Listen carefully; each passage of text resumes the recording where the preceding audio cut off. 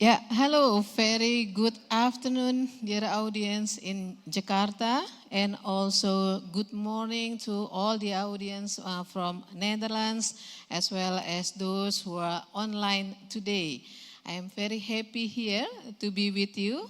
My name is Yesi Sari from IPB University, as well as a member of ALMI, the Indonesian Young Academy of Science. Yeah.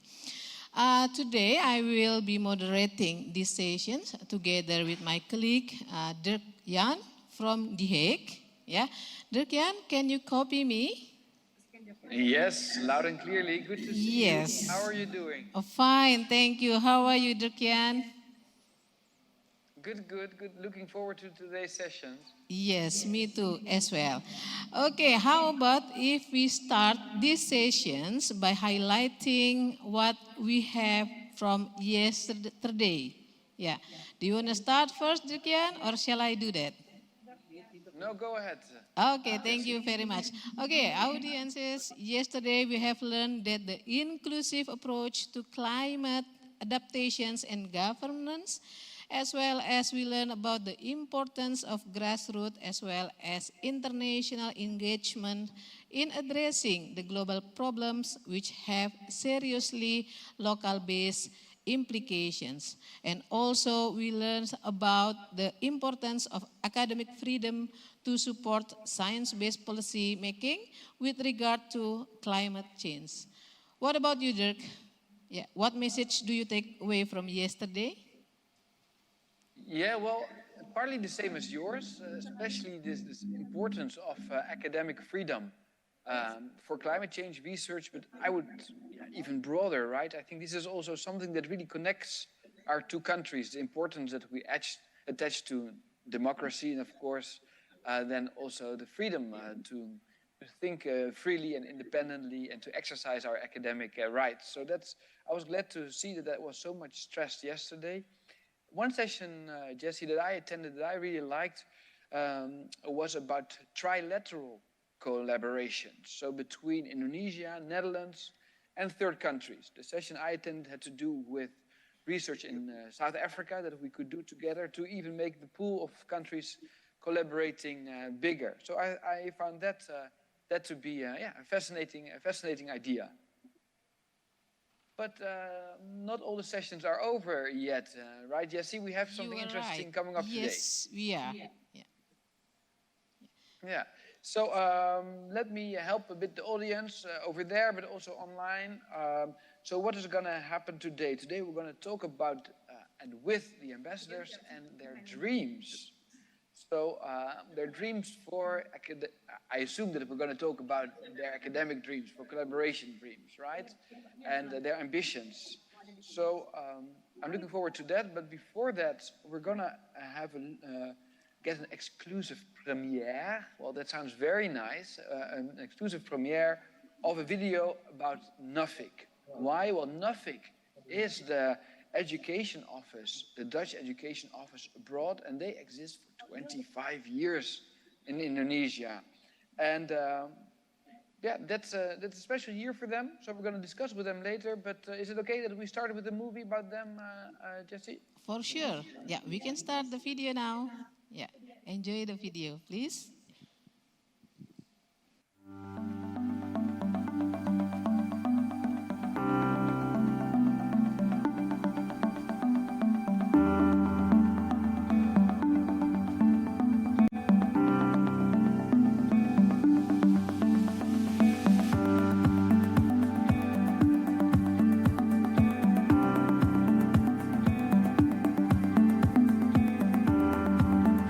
My name is John Hagen.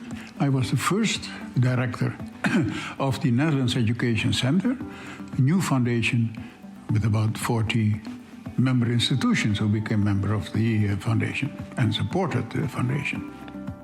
Establishing the office at that time in Indonesia was a little tricky because we arrived at a time where Indonesia was right in the transition between the rule of President Suharto and his successor, President Habibie. And that slowed our development down a little, not too much, so that by the second year we were up and running.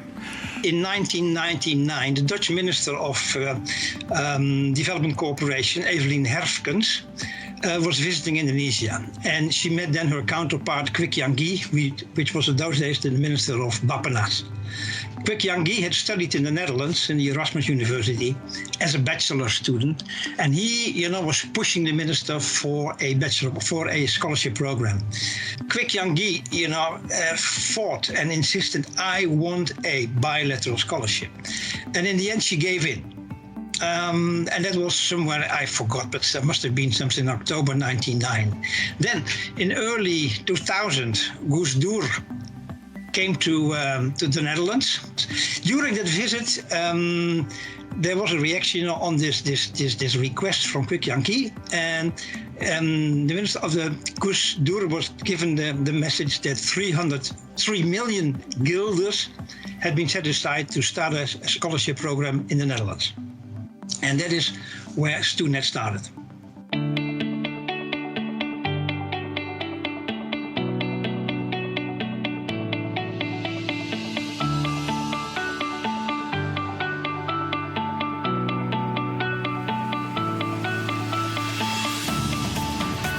When I came to Neso, Indonesia, I saw that there were some developments ongoing. One was, of course, the StuNet program. It was a very large program for scholarships. And one of the changes that I had to make was to align it with the scholarship program of Nuffic. So that would be the same with NFP. And also the Dutch Embassy changed the priorities in how the StuNet program should be implemented. That was also one of the tasks that I did when I was here in Jakarta. Kalau kuliah di Belanda, kita berada pada setting internasional ya. Kemudian lingkungan yang negara yang tidak terlalu besar, negaranya kecil, tetapi dia sangat multination, jadi sangat internasional. Jadi pengalaman saya merasakan bahwa international exposure-nya itu kuat sekali gitu dari berbagai negara ya. Yeah, when I arrived in Jakarta in 2011, I came into an office that was extremely good in education promotion and scholarship management, and with an amazing network in Indonesia. And I thought when I came, and it was also what we discussed between the colleagues in Indonesia and The Hague, that we should diversify a bit more. I'm really very proud of what we achieved in these years. Yeah, of course, building on what my predecessors already did, and we tried to develop new things and also innovate the things we were already doing. And I can give you some examples. One of them is DUTEP, the Dutch Training and Exposure Program on integrated urban water management between the cities of Jakarta and Rotterdam. Another one is SHARE, an EU-ASEAN program with focusing on student mobility within the region, within ASEAN, but also from ASEAN to the EU. DUTEP has given me such memorable experience, especially regarding to urban water management. I spent 10 weeks doing my internship at the Delft Water Board and a short study at the Rotterdam University of Applied Sciences.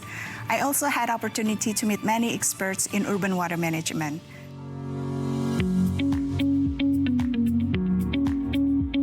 There have been a number of important changes since I started to do this work. An important one is that Indonesia in 2017 was still a recipient of Dutch official development assistance, and that has completely stopped. So Indonesia is now really an equal partner of the Netherlands, certainly in the education field. In our office, I'm happy and I'm proud that we have expanded the scope of our work. We do a lot more on supporting the development of vocational training in Indonesia, especially in the agriculture field. We also do a lot more to support and facilitate collaboration in research between Indonesia and the Netherlands. And this is partly in response to the exciting developments on the Indonesian side. The future, I certainly hope, and I think I should say I'm sure, that this form of support for scientific and educational cooperation between Dutch higher education and Indonesian higher education will and should continue in the future. Well, I hope, that it just continues one way or another. I mean, because the basic idea, to create better understanding, more friendship between, Indonesia and the Netherlands, I still believe in. It's still something which I think is very important. I think there's still a lot of potential for renewal and increasing the cooperation on education and research between the Netherlands and Indonesia. I think the visit of Minister Dijkgraaf showed the potential, and it's going to be more on level playing field as it's based on co-creation and on matching. Yeah, thanks. Well, we're currently in the year of the 25th anniversary of Nuffic Neso Indonesia, and we enter a new phase with the development of the NL Knowledge House. From our current role at the University of Groningen, I'm really, really excited to be part of that again. And I also hope and expect that in the new constellation, the strong points of Nuffic Neso Indonesia will remain. And for me, those strong points are that it's an organization that builds relations between Indonesia and the Netherlands, of course in education, research and training, but also between ASEAN and the EU, and an organization that can achieve really tangible results and through its activities connect people, create a dialogue between young people from different backgrounds, from Indonesia, the Netherlands and beyond. I have a number of wishes for the coming years.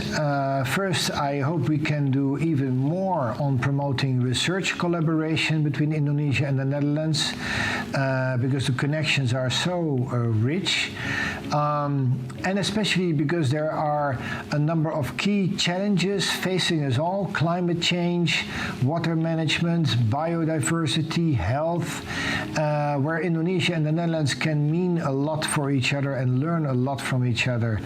Overall, we already started to do more on promoting the mobility of Dutch students coming to Indonesia, and my hope is that in the coming years the mobility will increasingly be a two-way street, where young talented Indonesians will go to the Netherlands and young talented Dutch students will come to Indonesia.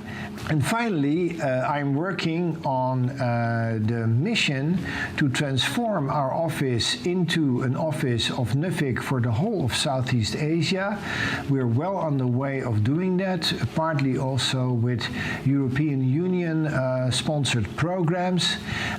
So I do hope that in the years to come, our office in Jakarta will increasingly serve knowledge relationships also with other countries in the region. Happy 25th anniversary for Nuffic Neso. Netherlands-Indonesia's friendship and cooperation has begun over many years. We hope that we could continue our cooperation between LPDP Nuffic Neso in the knowledge sector to improve the quality of human capital in Indonesia through higher level education. Nuffic Neso is a greatly valued friend and a close partner of our embassy here in Indonesia. What I like about Nuffic Neso is that they are action-oriented and they turn ideas into reality. Think about organizing winter, or getting alumni involved, or managing scholarships. So on behalf of the whole embassy, I'd like to congratulate Nuffic Neso with his 25th birthday. Selamat ulang tahun, Nuffic Neso Indonesia. Wishing you all a very, very happy birthday. Thank you so much for the good work you've done the past 25 years. We are very proud of you, and we wish you all a very happy birthday and all the best for the future, transferring our Nuffic Neso Indonesia office to Nuffic Southeast Asia. So best of luck, have a nice celebration, and see you soon.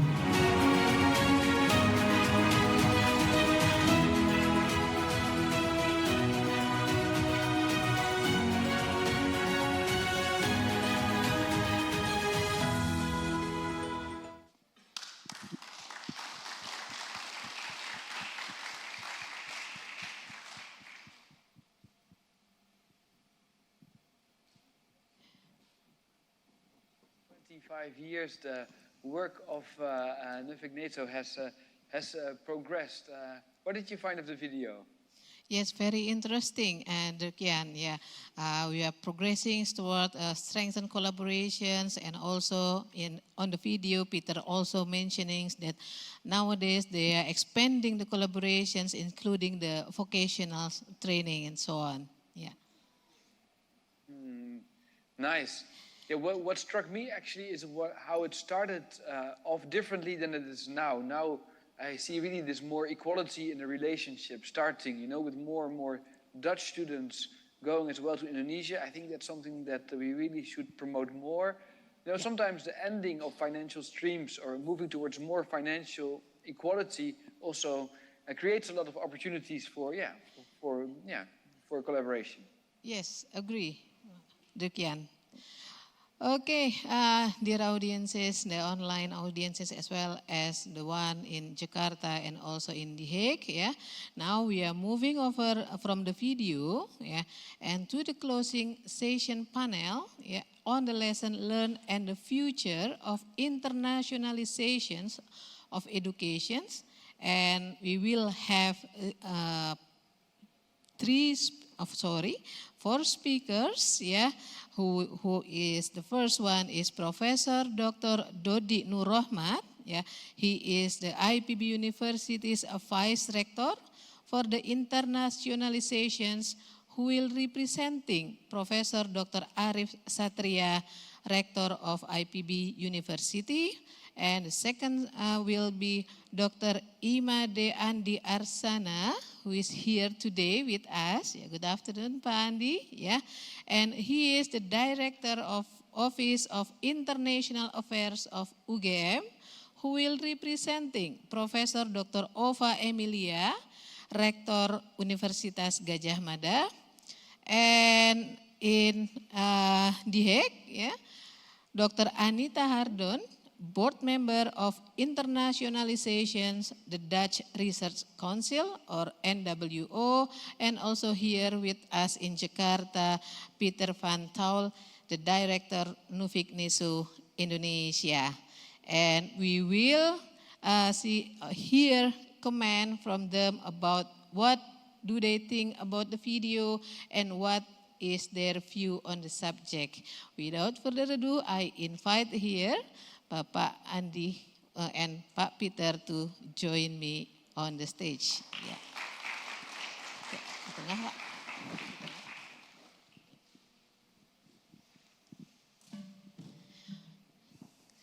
Okay, Dirk-Jan, how about you? Is Anita Hardon joining you already? Yes, she is next to me here on the stage, and of course we want to hear from all our speakers. But as well, those of you joining online, please feel free to ask questions in the chat. Both Jessie and I will try to transmit your questions to the people responding. I have always thought that ladies are first, Jessie, so in this case I think that we can start with Professor Hardon, right? Yes, but before that, of course, we will invite our another speakers, who is Professor Dr. Dodi Nur Rahmat, who will join us online from Bali. Pak Dodi, how are you today? Fine, good afternoon. Good afternoon, nice to hear you, Pak Dodi. Together okay. With me in Erasmus Swiss, Professor Arif Daryanto, the Dean of Vocational School, IPB University. Welcome, Pak Arif. Okay, Dirk, I pass it to you then. And I pass it on to Professor Hardon. Yes. Selamat sore in Bali and Jakarta. I wish I could be there, sitting on the podium with my colleagues in the panel. I'm really pleased to be able to say a few words here before we start the discussion. About the internationalization strategy that we have at NVO. Actually, the past few months, we've been revising the strategy of NVO for the coming 4 years. And international relations is an important part of our strategy. We think that facing the challenges in the world, the Sustainable Development Goals, trying to achieve them, we need to collaborate together internationally. And Indonesia, of course, is a key partner for us. We know the long history of collaboration. Over the past 4 years, we have had annual joint calls. But in the future, we would like to collaborate more. We think that we can create tremendous synergies in our efforts in the Netherlands and Indonesia and elsewhere in the world to face the challenges that the Sustainable Development Goals have called us to act on. And I was very happy to hear that there was a panel yesterday talking about climate mitigation, and also that there was a panel where there was already joint thinking between South Africa and Indonesia. I think we need the best minds from all over the world to think about how we can resolve what we're up against, and also to help, and this is a key point in our strategy at NVO, to speed up transitions. So we think we should move beyond pointing to the problem, but learn from the practices that many different actors engage in trying to resolve the problems or at least mitigate them. So I'm also very pleased to see that there's more collaboration in Indonesia now with the vocational training, because this is where there's a lot of action in terms of dealing with the problems we're facing in many different domains, in agriculture, in food, in water management, as we heard, in resolving, in dealing with other challenges like in the urban environment. So I see a future for collaboration in which we collaborate with different stakeholders, as we do already in the Miriam Fund, but also create synergies in our research efforts by linking, this is our nexus role in NVO, to similar efforts elsewhere in the world. So we work closely with South Africa, but also with other countries like Brazil, and in areas like, for example, facing the biodiversity challenges, there's a lot of opportunities for collaboration. Collaboration also with the large research programs we have on thematic programs we have in the Netherlands, in the National Science Agenda and in our Knowledge Covenant Agreement. This is where we do mission-oriented research with multiple stakeholders. It's transdisciplinary, and we think this is where in the future we can collaborate. When I was in Jakarta, I was also really pleased to know that there are strong links between ALMI, Yessi, I think you work with ALMI, and the Dutch Young Academy. So this is also a link that is important. And very pleased to see these exchanges of students, exchanges of master's students, but also exchanges, I think, of PhD students. The young people are inheriting the world and they need to work together to help make it a better place. Hand it over back to you. Well, thank you. Very interesting. So let's not only look at the problems, but also look at practices and how people actually deal with those problems and learn from that. Very interesting. Curious to hear what on the Jakarta side people will have to add. Yeah, thank you. And again, before we continue with Pak Andi and Pak Peter, of course, it would be happy if we can hear from Pak Dodi. Pak Dodi, can you copy me? Yeah. Yeah. That's very good here. Okay, I pass it to you voice, then. Yeah. Yeah. Okay.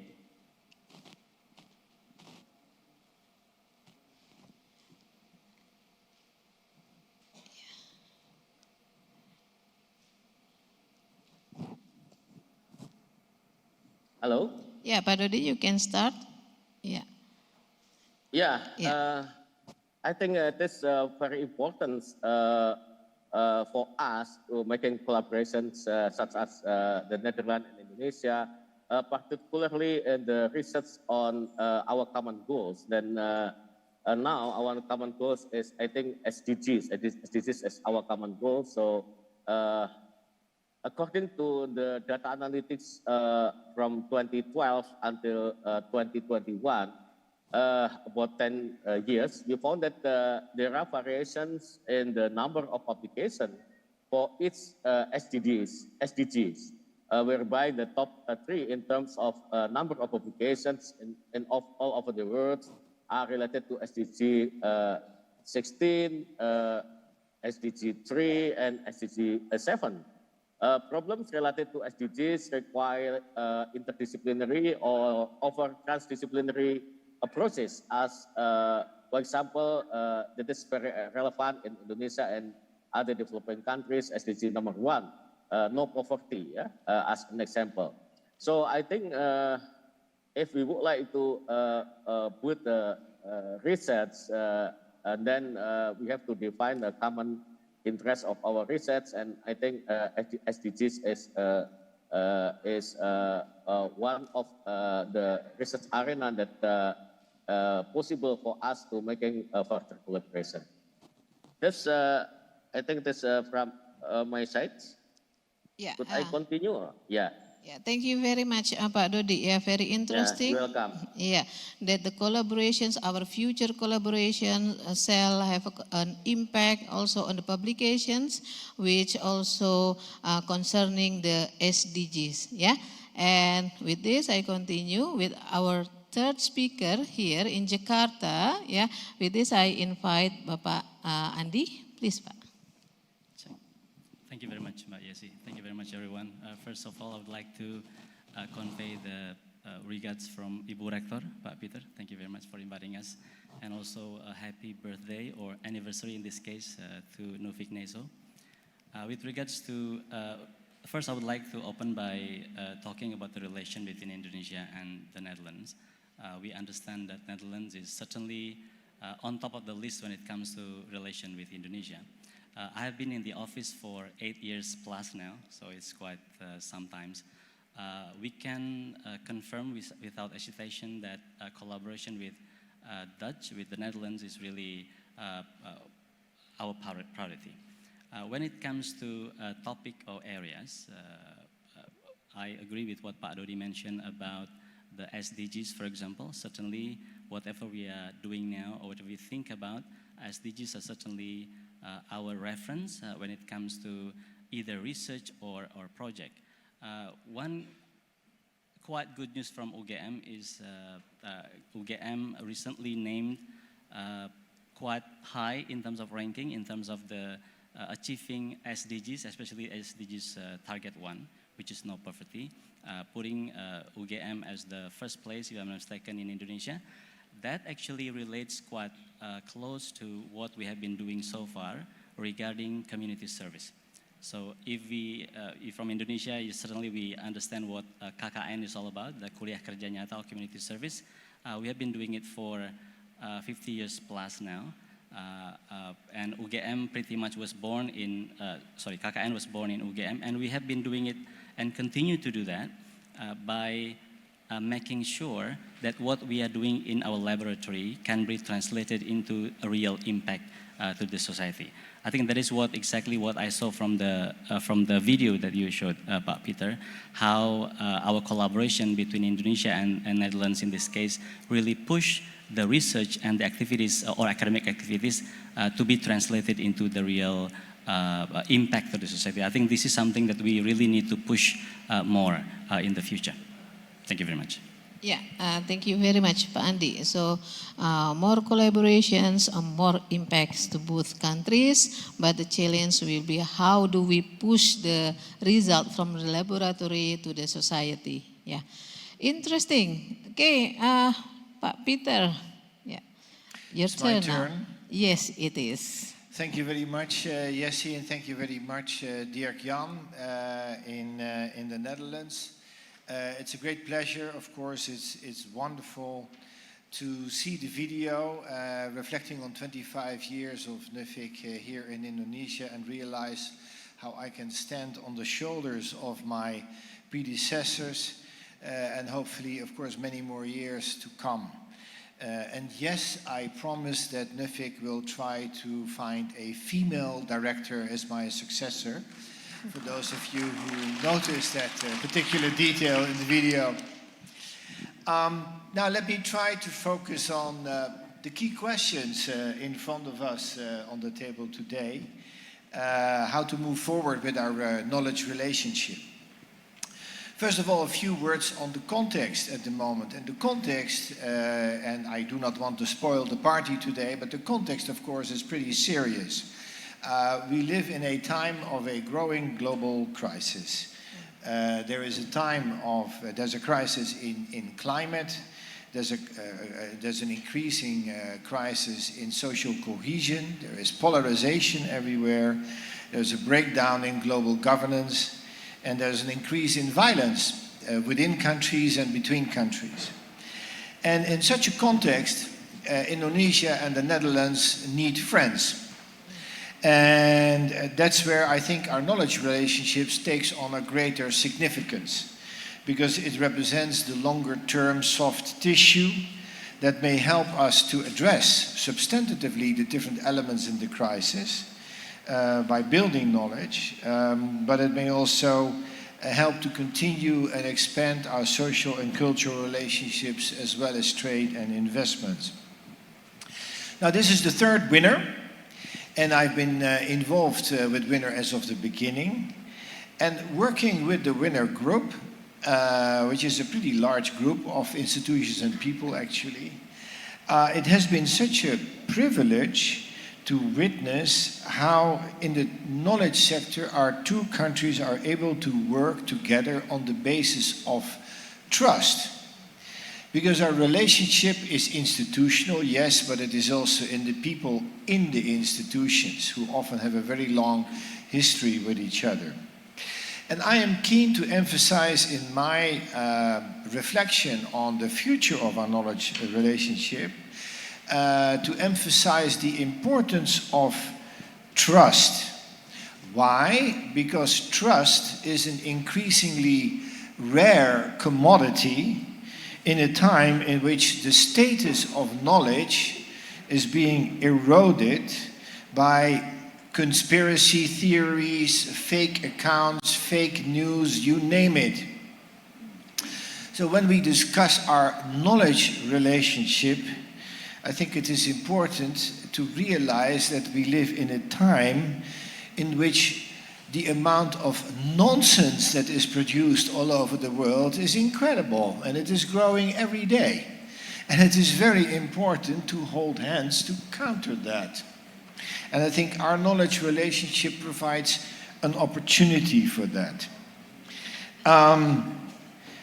All of this nonsense, of course, comes out of naivete sometimes. It comes out of fear.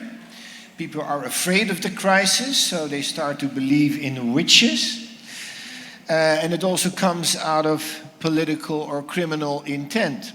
There is cybercrime, of course. And to some extent, that is not new. The scientific domain has always been contested and politically charged. But the contestation today is taking on much more significant proportions.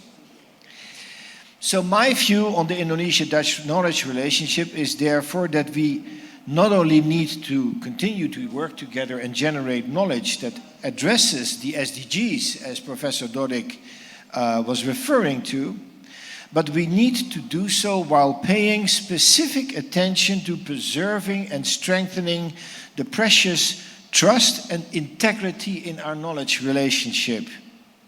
How do we do that? I think a primary way of doing that is by focusing on making the application of digitalization work for us in that way. Digitalization has a major impact on the research and education landscape. And in that regard, in the sum up by the moderators, it was also mentioned, we had several interesting sessions in this winter 2022. In the session that I was lucky enough to moderate yesterday on academic freedom and digitalization, several important suggestions were made on how we have to expand our critical thinking and what we have to learn in terms of digital literacy to counter all the nonsense that is being produced. So that has to be ingrained much stronger in our education systems. You cannot take at face value what Google tells you. Other suggestions, very interesting I thought, focused on how universities can foster what you can perhaps call digital trust building, developing new online systems for research and knowledge exchange that protect the flow of information, but allowing for verification of data, checking fake news, and building research results, and create greater space for collaboration. And I think that that is the way that we have to go, because digitalization can be liberating, but it can also become an instrument of control and authoritarianism. There was another interesting session yesterday, and I'm happy to see some of the participants with us here in the Erasmus House, on exploring the dilemmas and avenues of digital interaction and distance in research methodology and practice. The session discussed similar issues. How do you organize digital field work between researchers who probably never meet each other in person? Those are the questions that we need to explore together. And also at the level of student mobility and living labs and internships, we are facing these kind of questions. So I think this is the way forward. This has to be central in how we work together. Knowledge institutions increasingly will have to become facilitators of a digital infrastructure that gives us a safe space, that nurtures productive networks of research and education collaboration. With the great dynamism in Indonesia at the moment to pursue an ambitious path of developing research and education in support of better human capital, I think the Netherlands is in an excellent point of departure to respond and transform our knowledge relationship along these lines.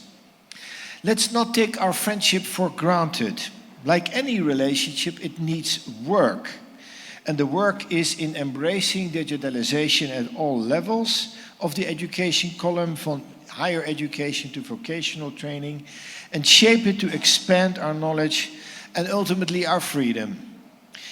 I, for one, will be happy to continue our collaboration in Winner and by building these new knowledge infrastructures. Thank you. Yeah.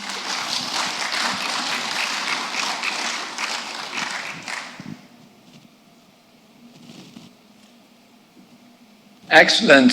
Well, thank you all for your contributions. What I found really interesting was also the intervention by Dr. Asana on the community service that you have in Indonesia, and how as a university you have been thinking about that or trying to pilot it, measuring it. And I think that's something we can learn from. I think in the Netherlands we can use some community service, to be honest. But now let me ask my first question to Professor Hardon, to Anita. So we've heard a lot of things which are going well in the collaboration between the Netherlands and Indonesia with respect to research and education.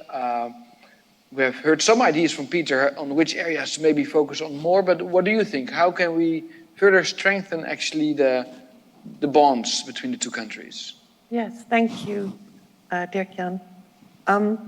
When I think of Indonesia, and Peter was already referring to that a bit, I think of immense creativity. So whenever I work in Indonesia, I'm so inspired by the creativity that I find in with my colleagues and with the students. And we are going to need a lot of creativity in facing the challenges in the world. I think one of the key points that we can do better is to learn more about how we make impact.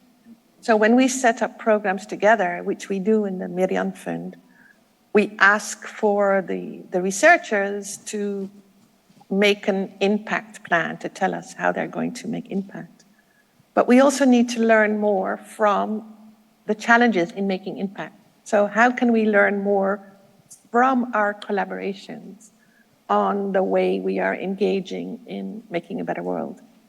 And then the next question would be, if we have seen what works well and what doesn't work well in those collaborative research projects. As NVO, we fund collaborative research projects.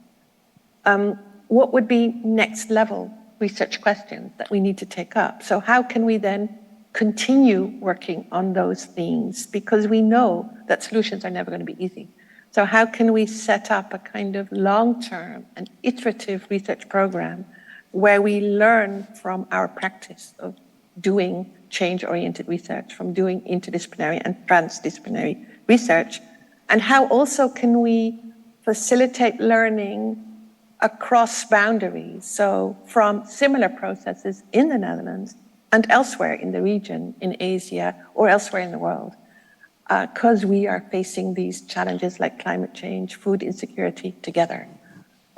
So I see that as a real major challenge for us in our collaboration, Indonesia and the Philippines. Okay, I think you set the bar quite high.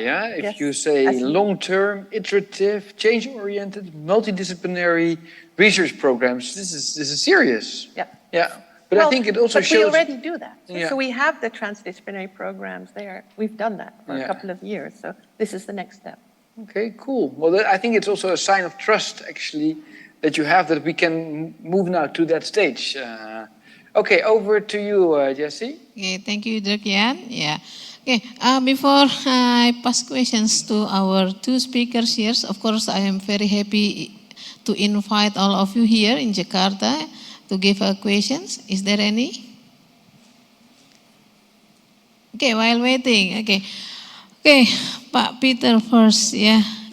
Building the trust, can be easy, but it can be also hard, yeah. And you tell us that the digitalization trust is one of the key points to continue our collaborations and also to ensure the long-lasting collaborations. Do you have any suggestions on which stakeholders should emphasize on building the digital infrastructure? Is it on the university level or on the higher education one? Yeah. I think that's a good question, of course, because this may require quite some investments. Yesterday we had Annelien Bredenoord, the rector of Erasmus University, in our panel. And a big university like Erasmus has capacity and has funding to make that kind of investment. But then I think that knowledge and those infrastructures hopefully can be shared more broadly. So I think for me, this could be really interesting in our bilateral collaboration between, for example, between BRIN and NWO, to say, well, in addition to the substantive calls for proposals that we have and collaborations, let's also look together at how we can build a digital infrastructure that supports research in a way that helps to guarantee academic freedom, the room for research, while minimizing the constraints that you also have and that comes with digitalization. So it's trying to optimize making use of the opportunity and minimize the risks and the constraints.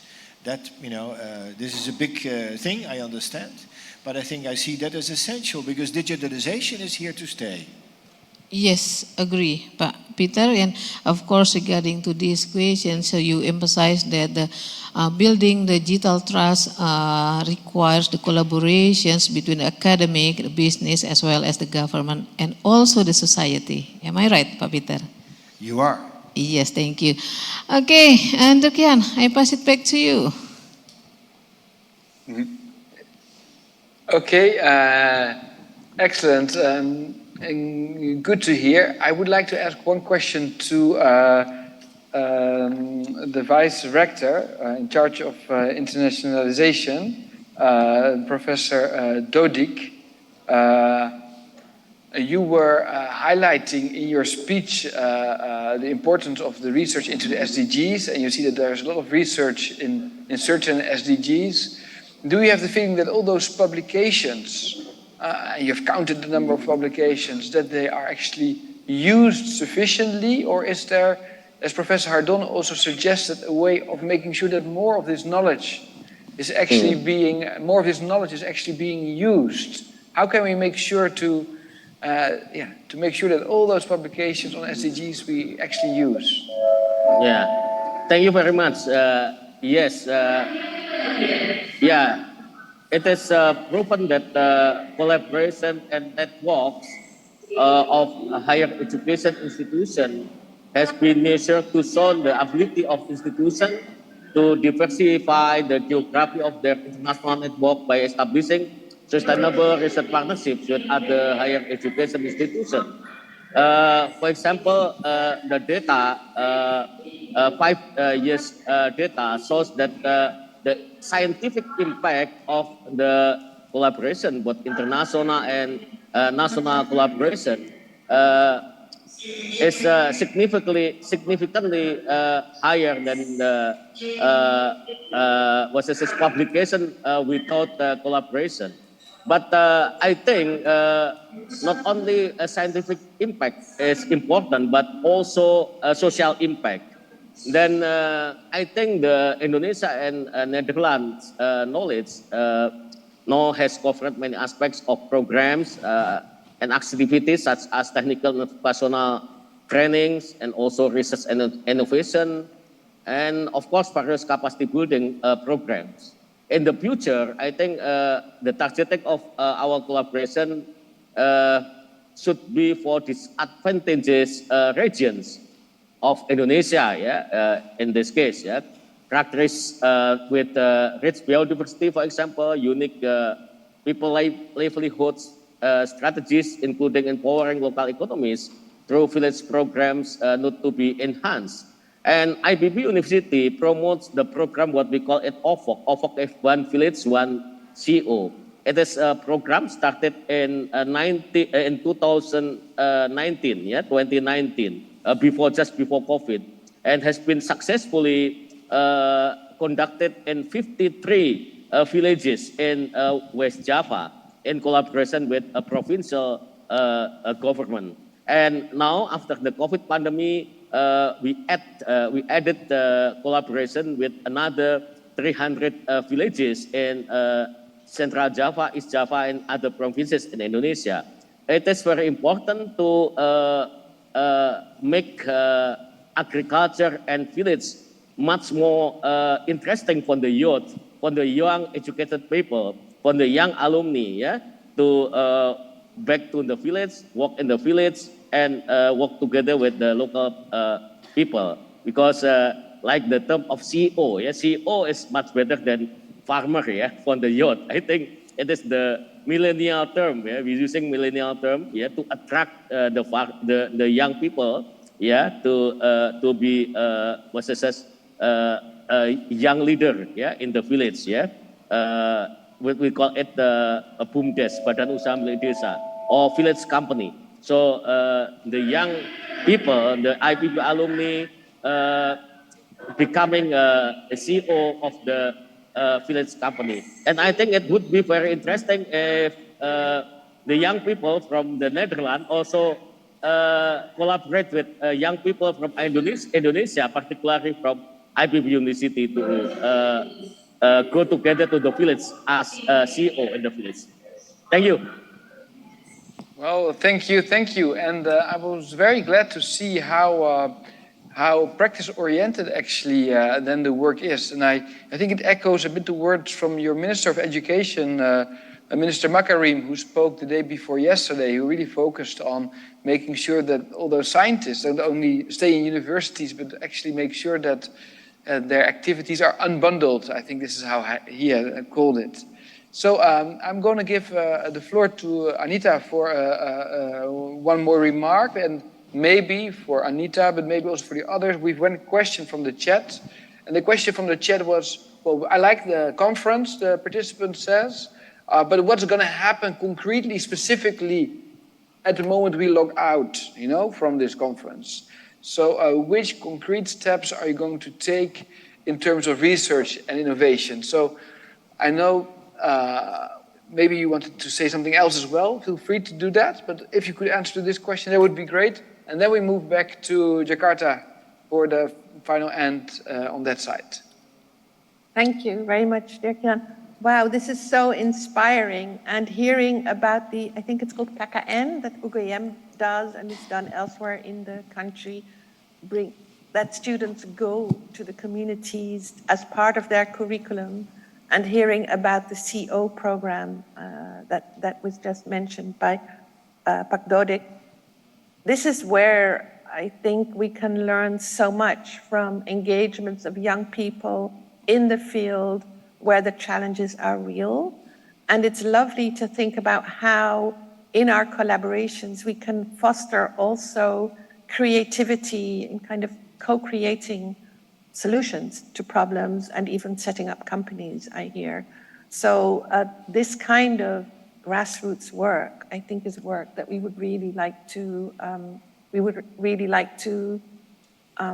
foster through our collaborations, and especially bringing in then also the actors, the students, the young people from the Netherlands, and the digital relations that Pak Peter was talking about can help create online international classrooms. But sometimes I think also face-to-face connections are important.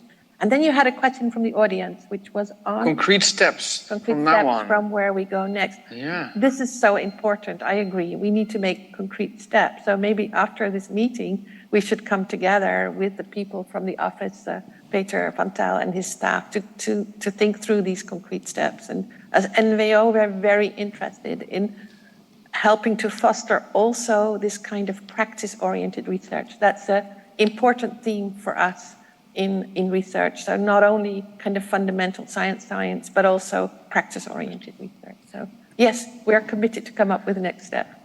Okay, excellent. Very glad to hear that. And that gives hope that it will not just be a conference and then everybody goes back to normal, but we actually use it as an extra push for closer collaboration. Over to you, Jessie. Yeah, thank you, Dukian. Okay, final question from me, from our panel here. Yeah, Pak Andi, interesting that Anita mentioning that great steps are required to give an impact to the society, and she also emphasized on the KKN program, and as well as you said previously. And you hope that this KKN can push forward the result from the laboratory to the society. Do you have any suggestions what kind of steps that can be implemented for this? Check. Thank you. Allow me to tell you a small story first from Gajah Mada. One of our Professor Adi Utarini, was named one of the 100 most influential people by Times last year, which was for us is something that we are really proud of. What she did was actually to do research on mosquito, something that we understand. We have this dengue fever all over Indonesia, but somehow not many researchers, to my understanding, would really go deep into that. And that is exactly what Professor Adi Utarini did. So basically, doing research on real problems that you face in your own society. So with the research, Professor Adi Utarini managed to decrease the rate of dengue fever up to 70%, which was amazing. So that's why she was named one of the most influential people by Times. Now, with that story, I think that is exactly what we have to do now, to really see what happens in front of us, because academics like us have been criticized strongly that we most of the time think about a lot of things outside of us or beyond our society, but we don't really touch the real problems that are faced by society. In my area, for example, Mbak Yesi, mapping. So this is very intriguing to know that the map of the surface of Mars is actually better than the map of the seabed. Okay, this is a fact, which means that our interest in something beyond or far away from us is really stronger than our interest on what we face in front of us. I think this is actually, it can be anecdotal kind of illustration, but I think this is something that we really have to think about. So doing something small that faced by society in front of us, using the theory, using all the science that we have, I think that is the the step that we can do. With regards to the community service, for example, just to give some illustration, we send 7,000 of our students every year to all over Indonesia, from Sabang to Merauke. If you put the Indonesian map on top of European map, it means almost the entire Europe.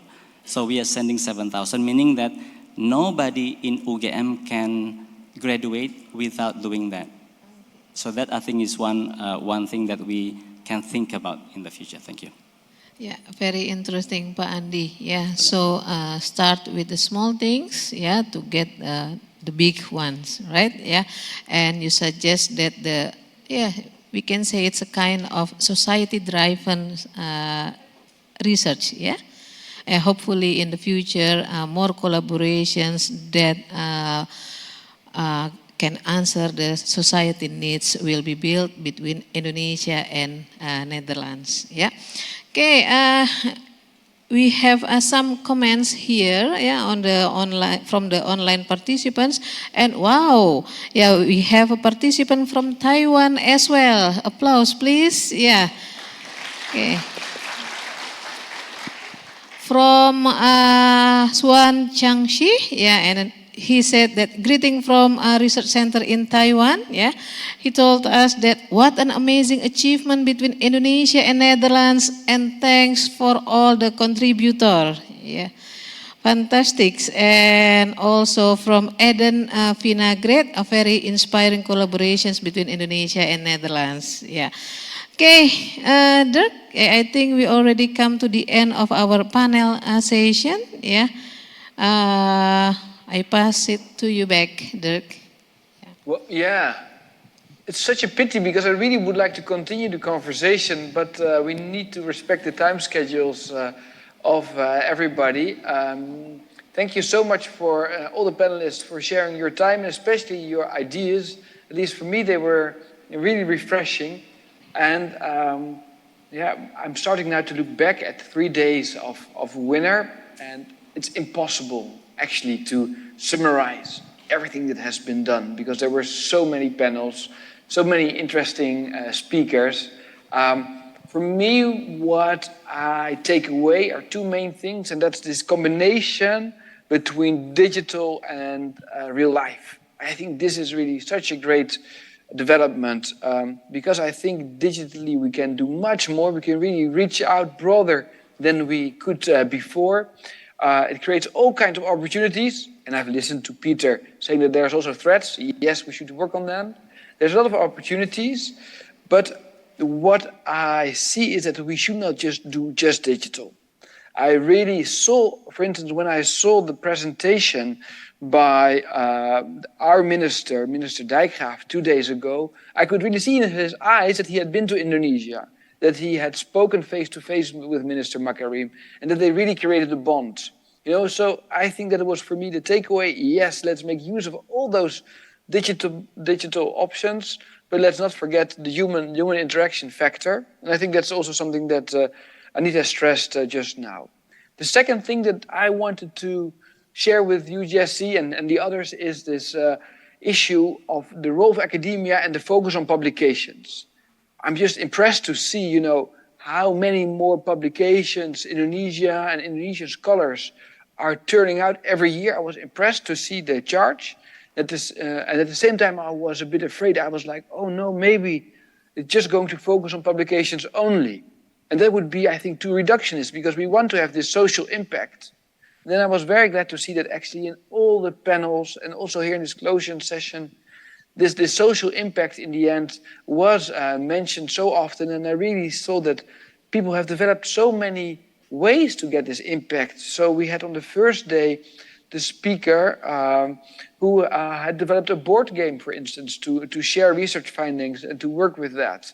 And I've heard now about the community service and really making use of the findings in real life. So I think that's really the way forward, and I think that's also something, a lesson that here in the Netherlands that we're trying to focus on. So yes, of course, we need to publish in peer-reviewed academic journals, but this is actually not the end. This is something which is going to help us to create this real-life impact. So those were two of the takeaways for me of those 3 days. I know it's a bit short. We cannot summarize everything, but how about you, Jessie?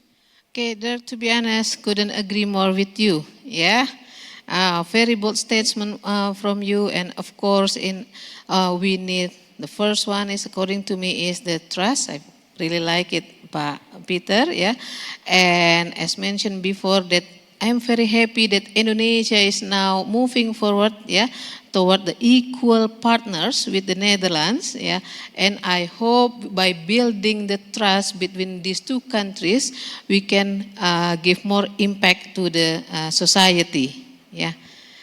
What do you think, Dirk? Do you agree with that as well? Of course, and now actually I'm really looking forward, Jessie, to look to what our ambassadors have to say.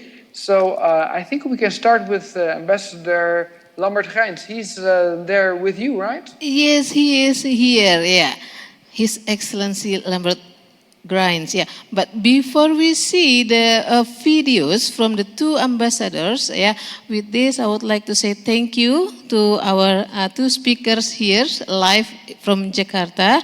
Thank you very much, Pak Andi. Yeah, yeah, thank you very much. Yeah, thank you very much. And thanks to the speaker in the Netherlands then as well, Professor Hardon. Thank you. Yeah.